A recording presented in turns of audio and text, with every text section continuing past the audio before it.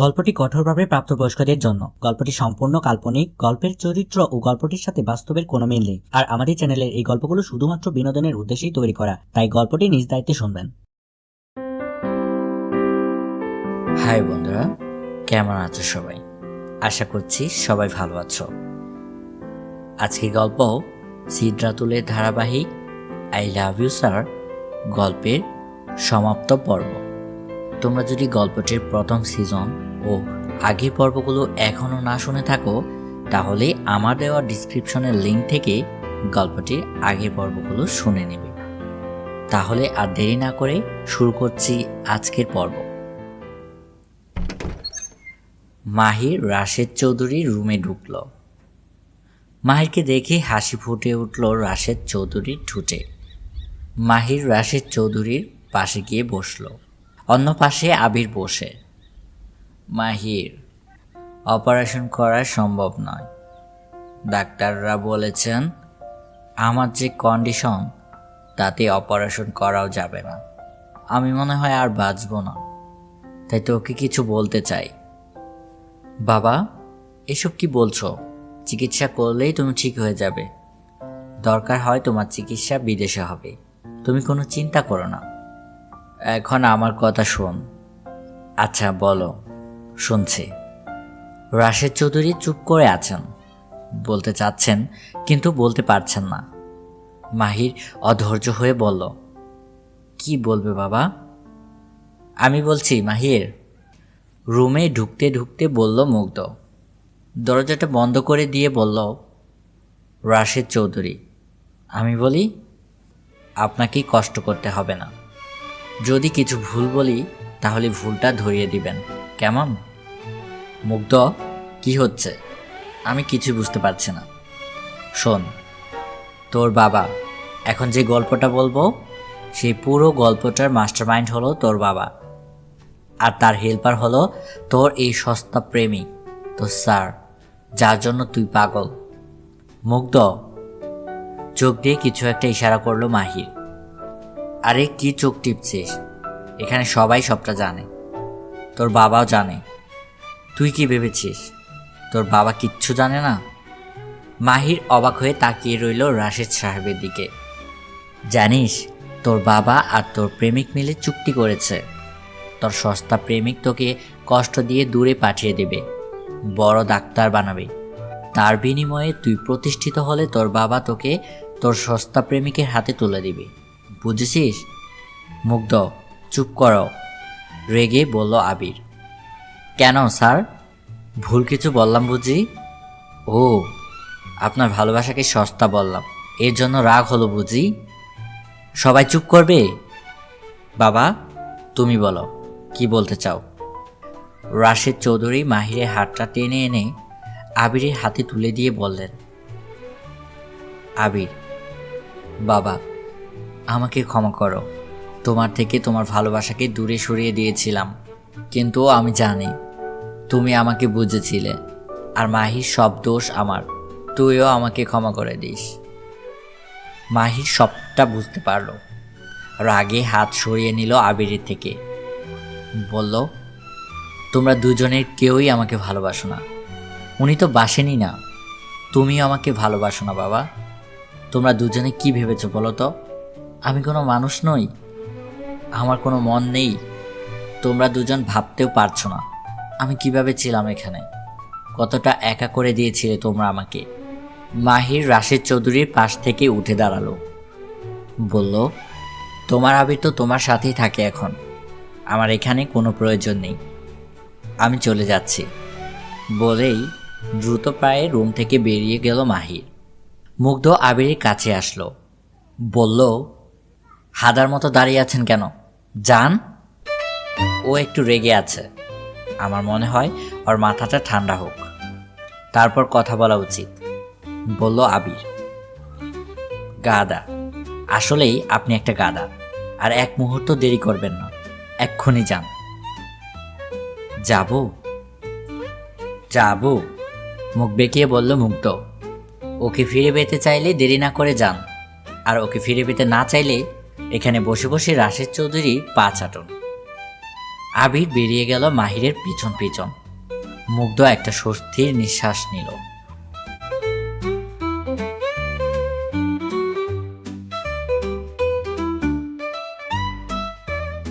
হাসপাতালে ব্যালকনিতে দাঁড়িয়ে আছে অর্ক।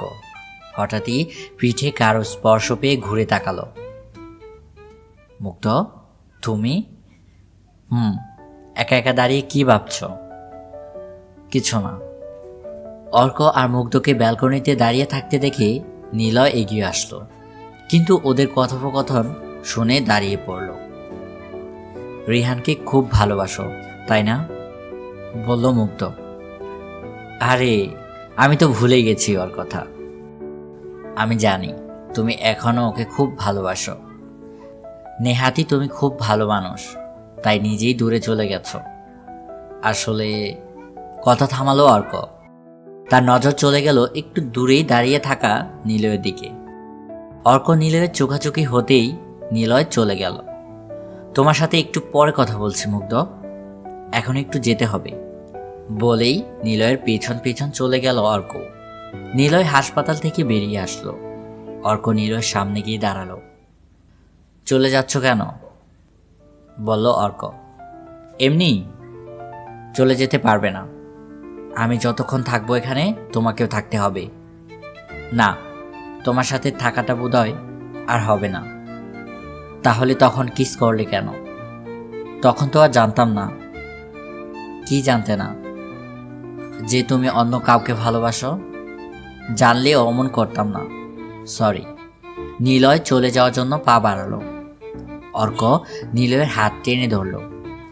বলল, না, তোমাকে যেতে দেব না। একবার যখন আমাকে কিস করেছ, তো তোমার মুক্তি নেই আমার থেকে। অর্ক এগিয়ে এসে টুক করে নিলয়ের ডান গালে একটা চুমু খেল।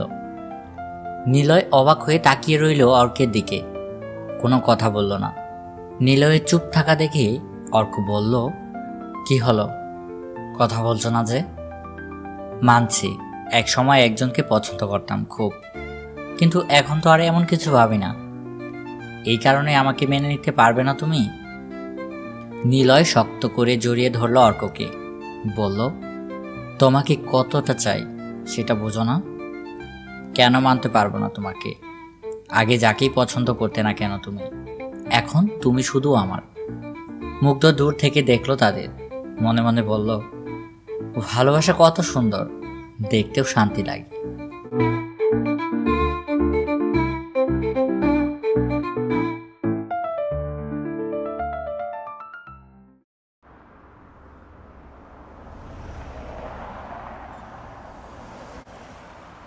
মাহির রিক্সা থেকে নামলো।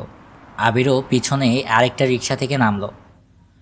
আবির মাহিরকে কয়েকবার ডাকলো, কিন্তু মাহির তার ডাক উপেক্ষা করে মেসের ভিতরে গেল। পেছনে পেছনে আবিরও গেল। মাহির রুমে ঢুকে দরজাটা বন্ধ করতেই আবিরও ঢুকলো। মাহির রেগে গিয়ে বিছানায় বসলো। আবিরও বসলো। মাহির, এভাবে চুপ করে আছো কেন? ওই মেয়েটা কে? কোন মেয়েটা? যাকে নিয়ে সেদিন ঢলাঢলি করে বটতলায় আসলেন, আপনার হবু স্ত্রী।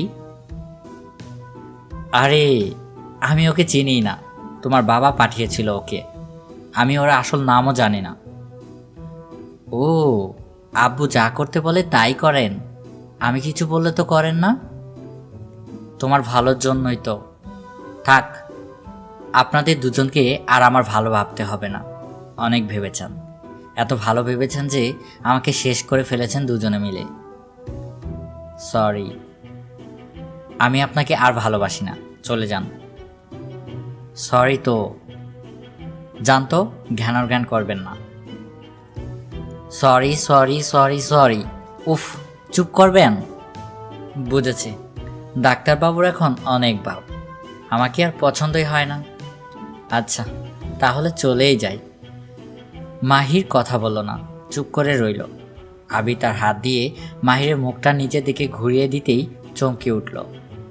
মাহির কাঁদছে। আবির কোনো কথা বলল না, আলতো করে তার ঠোঁট ছুঁয়ে দিল মাহিরের চোখে। বলল, এটা ভেবো না যে তুমি একা কষ্ট পেয়েছ, তাই শুধু যে আমি তোমার রাগ ভাঙাবো। তুমি আমার কষ্ট দূর করবে না তা হবে না। মাহির শব্দ করে কেঁদে উঠল। আবির দুহাতে মাহিরের গাল আলতো করে ধরে বলল, তুমি কাঁদলে আমি সহ্য করতে পারি না মাহির। তাহলে কাঁদান কেন? আমি কাঁদাই? সব সময় শুধু কষ্ট নেন, একটুও ভালোবাসেন না। তোমাকে অনেক ভালোবাসি মাহির। একটা কথা শুনবে? কি? তুমি আমাকে ভালোবাসার আগ থেকেই তোমাকে ভালোবাসতাম। মানে কি বলছেন? তোমার ভাইয়ার ফোনে তোমার ছবি দেখেছিলাম আমি। তারপর তোমার ফেসবুক অ্যাকাউন্টে সবসময় তোমাকে দেখতাম। তোমাকে খুব ভালোবাসতে ইচ্ছে করতো আমার, তোমার সাথে থাকতে ইচ্ছে করতো। আমি রিহানকে বলেছিলাম তোমাকে প্রাইভেট পড়াতে চাই। আসলে তোমার কাছাকাছি যেতে চেয়েছিলাম। কি? আগে বলেনি কেন? বললে কি হতো? তাহলে আমি আপনাকে আর পাত্তাই দিতাম না। যেভাবে আপনি আমাকে এতদিন দেননি, তখন বুঝতেন ভালোবাসার মানুষের কাছ থেকে প্রত্যাখ্যিত হওয়ার যন্ত্রণাটা কতটা ভয়ঙ্কর। এখন তো জানলে, তাহলে এখন কি আমাকে আর পাত্তা দেবে না? না। ঠিক আছে, তাহলে আমি চলে যাচ্ছি। আবির চলে যাওয়ার জন্য পা বাড়াতেই দৌড়ে এসে আবিরকে জড়িয়ে ধরল মাহির। আবিরও জড়িয়ে ধরল মাহিরকে। মাহিরের বুকের ভেতরটা এতদিনই শান্ত হলো। জড়িয়ে ধরার মধ্যে এত সুখ আছে জানতো না আবির। মাহির বলল, আপনাকে আর আমার থেকে দূরে চলে যেতে দেব না আমি। এখন থেকে আমি আপনার সাথেই থাকবো, আর মেডিকেলও পড়বো না, আপনার সাথে সাথেই থাকবো। আঙ্কেল তাহলে ঠিক কথাই বলতো। ওসব কিছু জানি না, আমি আপনার সাথে থাকবো, এটাই ফাইনাল। তোমাকে একটা কথা বলা হয়নি এখনো। কি কথা? আমি চাকরি পেয়েছি, এখন থেকে আমাকেও ঢাকায় থাকতে হবে। কি? সত্যি? তাহলে আমরা একটা বাসা নেব, ছোট হলেও চলবে, শুধু আপনি আর আমি থাকব। থাকতে পারি, তবে একটা শর্তে। কি? আবার শর্ত? একবার আমাকে বলবে আই লাভ ইউ স্যার। খুব শুনতে ইচ্ছে করছে। মাহির আবার জড়িয়ে ধরলো আবিরকে, বলল, I love you sir, I love you, I love you, I love you so much sir. এবার আপনি বলুন, I love you Mahir, I love you too sir. আর কিছু বলতে পারল না মাহির। তার আগেই আবির মাহিরকে ধাক্কা দিয়ে বিছানা ফেলে মাহিরের ঠোঁটে ঠোঁট ডুবিয়ে দিল। মাহির দুহাতে আঁকড়ে ধরল আবিরকে, যেন ছেড়ে দিলেই হারিয়ে যাবে। চুম্বন গতিপথ মাহিরের ঠোঁট থেকে ক্রমেই আরও নিচে নামতে লাগলো। রাতের অন্ধকার গভীর থেকে ক্রমেই আরও গভীরতর হতে লাগলো।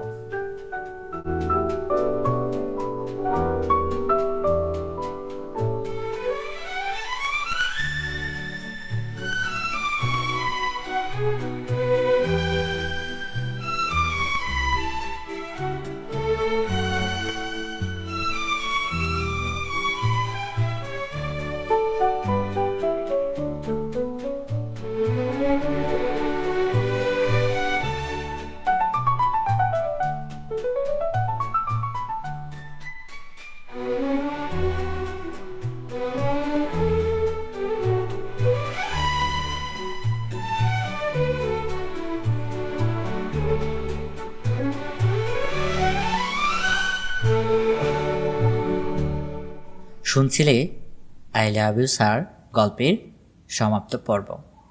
বন্ধুরা, ভালোবাসা কখনো সহজ হয় না, তবু যাদের ভালোবাসা সত্যি হয় তারা শেষ পর্যন্ত একসাথে থাকি। মাহির আর আবিরের এই গল্পটাও তেমনই। ভুল বোঝাবুঝি ছিল, ব্যথা ছিল, কিন্তু ভালোবাসাটা ছিল সত্যিকারের। তাই তো শেষ পর্যন্ত ওরাই বলতে পারলো আই লাভ ইউ স্যার। আর তাতে শেষ হলো একটা অসম্ভব সুন্দর যাত্রা। এই গল্পটা এখানেই শেষ, কিন্তু আমাদের পথ চলা এখানেই শেষ নয়। নতুন গল্প, নতুন অনুভূতি নিয়ে আবার ফিরে আসব। ততদিনে সবাই খুব ভালো থেকো, পাশে থেকো আর ভালোবাসায় থেকো। বাংলা স্টোরি চ্যানেলের প্রতিটা গল্প যেন হয়ে ওঠে তোমার নিজের গল্প।